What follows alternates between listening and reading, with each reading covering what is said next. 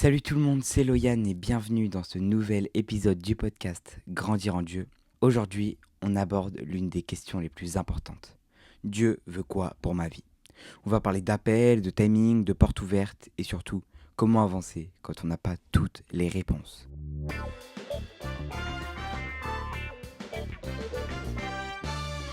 Déjà, faut savoir que moi, maintenant, j'habite à Madagascar et on n'a pas toujours été à Madagascar. J'ai vécu longtemps en France et on voulait pas quitter la France. Je suis né en France, j'ai grandi en France. Et à l'âge de mes 9 ans, on est parti à Madagascar. Et en fait, tout s'est enchaîné. Car on n'avait vraiment pas tout ce qu'il nous fallait. On n'avait pas de maison, on n'avait pas de travail, on n'avait rien. Et le jour où on a décidé de partir à Madagascar, en fait, Dieu, il nous l'a demandé vraiment par beaucoup de signes. Il nous a montré qu'on devait partir à Madagascar. Sauf que nous, dans notre tête, on ne voulait pas forcément partir. On a accepté. Et au moment où on a accepté, on a trouvé un travail et tout. On s'est mis en route.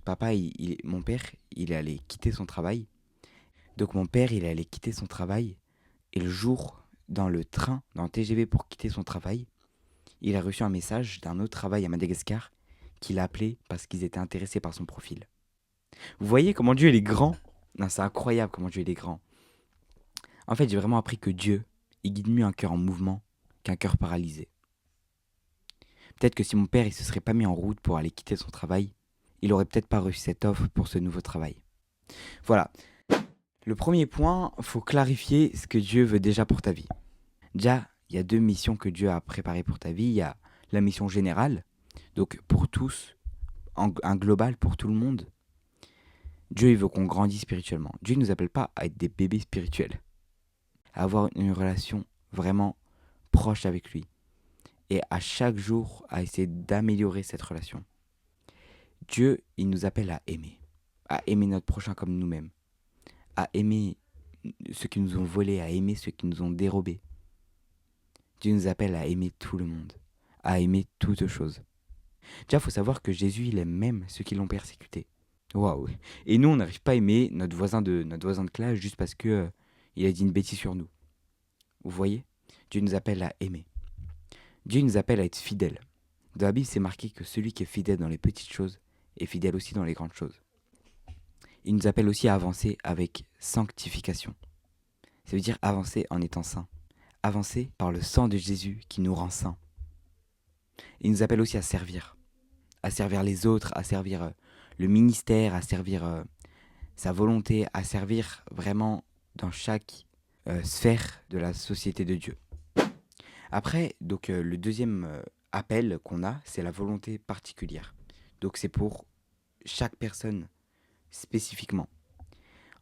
On a notre mission déjà, c'est que ce que Dieu a préparé pour ta vie depuis toujours.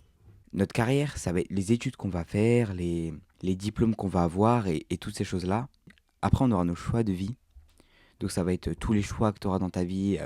Même acheter une maison, c'est un choix de vie. Et donc vraiment, les choix de vie, il faut qu'ils soient guidés par Dieu. Après, on aura notre orientation. Donc sur là où tu vas t'orienter, là où tu vas... c'est une orientation quoi. Je sais pas comment plus le décrire. Déjà, faut savoir que la volonté particulière ne va pas sans la volonté générale. Ils vont de pair. Tu peux pas découvrir ta volonté particulière si tu ignores ta volonté générale. En fait, ces deux volontés-là, ils font partie de ce que Dieu veut déjà pour ta vie. La volonté générale, tu peux l'appliquer tout le temps. T'as pas besoin que Dieu il t'explique. T'as pas besoin que Dieu il te montre. T'as juste besoin d'avancer. Tu dois grandir spirituellement. Tu dois aimer ton prochain. Tu dois être fidèle dans les grandes et les petites choses. Tu dois avancer par le sang de Jésus. Et tu dois servir ton Dieu.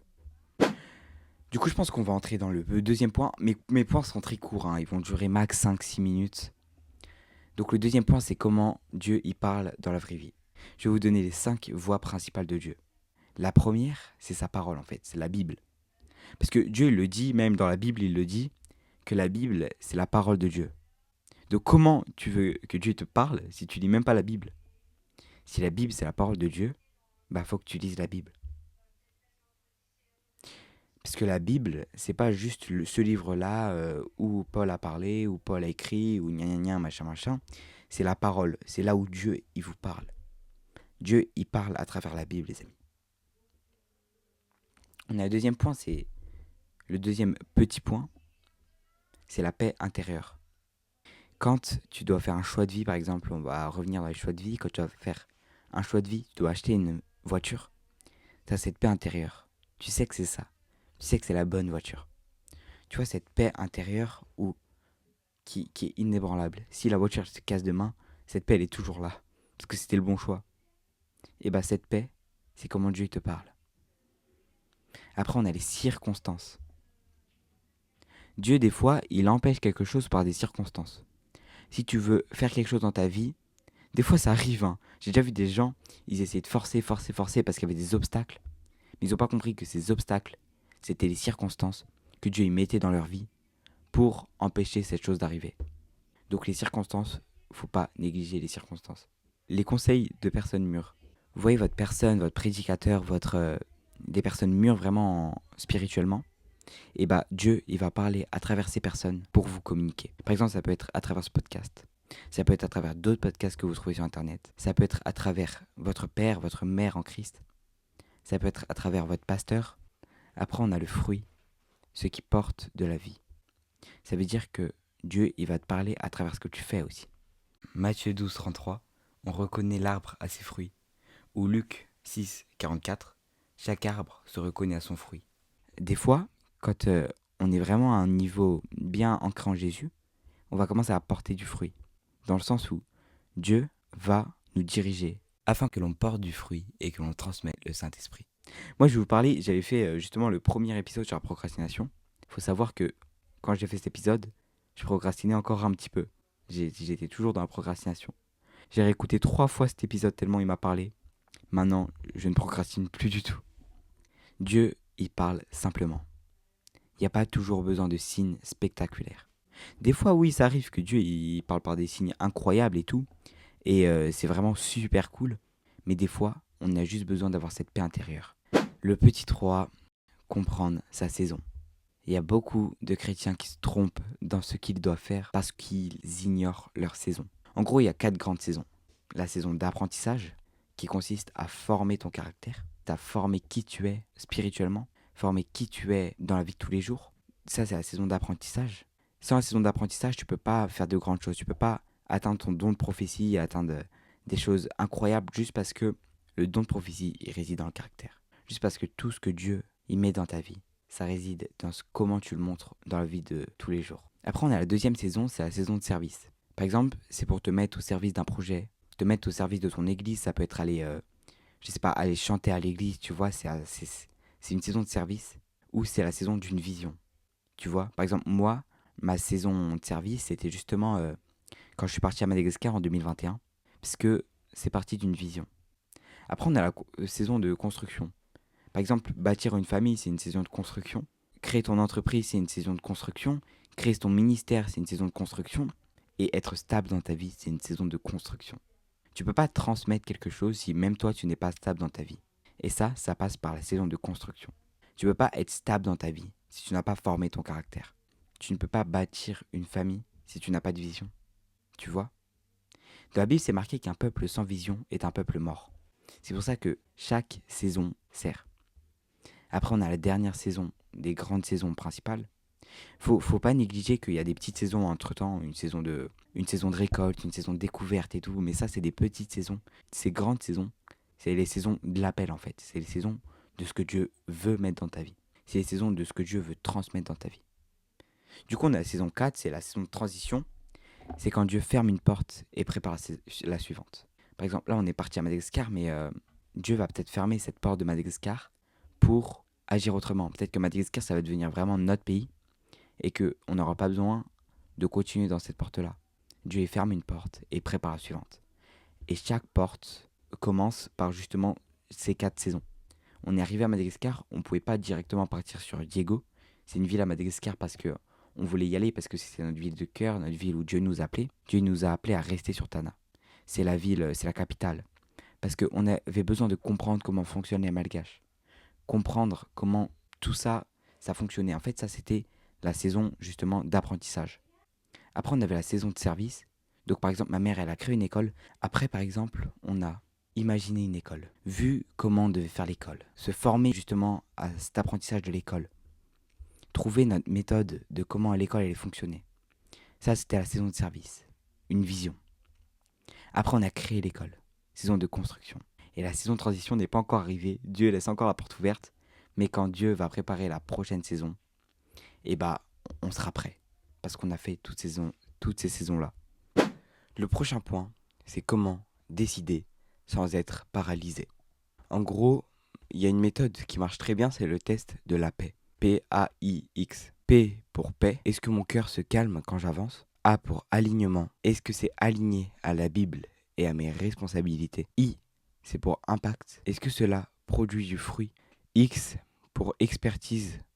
Imaginez expertise écrit avec un grand X en deuxième lettre. Les conseils quoi, expertise, conseil. Que disent 2-3 personnes matures? En gros, tout ça, faut que ce soit aligné pour décider sans être paralysé. Est-ce que tu sens bien quand tu vas faire ceci? Est-ce que c'est aligné à la Bible et à tes responsabilités? Est-ce que ça va produire du fruit? Et qu'est-ce qu'en pensent 2-3 personnes matures? Si tu as 3 voyants sur 4 cochés, avance humblement. Si c'est pour un choix de vie par exemple, si sur tes 3 voyants, il y en a 3 au moins qui sont cochés, alors c'est que tu peux y aller. Dieu guide mieux dans un bateau en mouvement qu'un bateau immobile. Ça, faut s'en souvenir. Ok les amis, je vais vous donner un plan pour une semaine pour trouver ta direction. Le premier, c'est écris 3 choses que tu veux vraiment. Essaye de trouver vraiment 3 choses dans ta semaine que tu veux vraiment. 2, choisis 3 versets qui éclairent ta saison. Identifie ta saison actuelle. Petit rappel, il y a la saison d'apprentissage, la saison de service, la saison de construction et la saison de transition. Donc tu dois identifier ta saison actuelle. 4, demande un conseil à 2 personnes fiables. Tu dois en trouver 2, ouais. Si avant t'en avais pas une, maintenant t'en auras 2.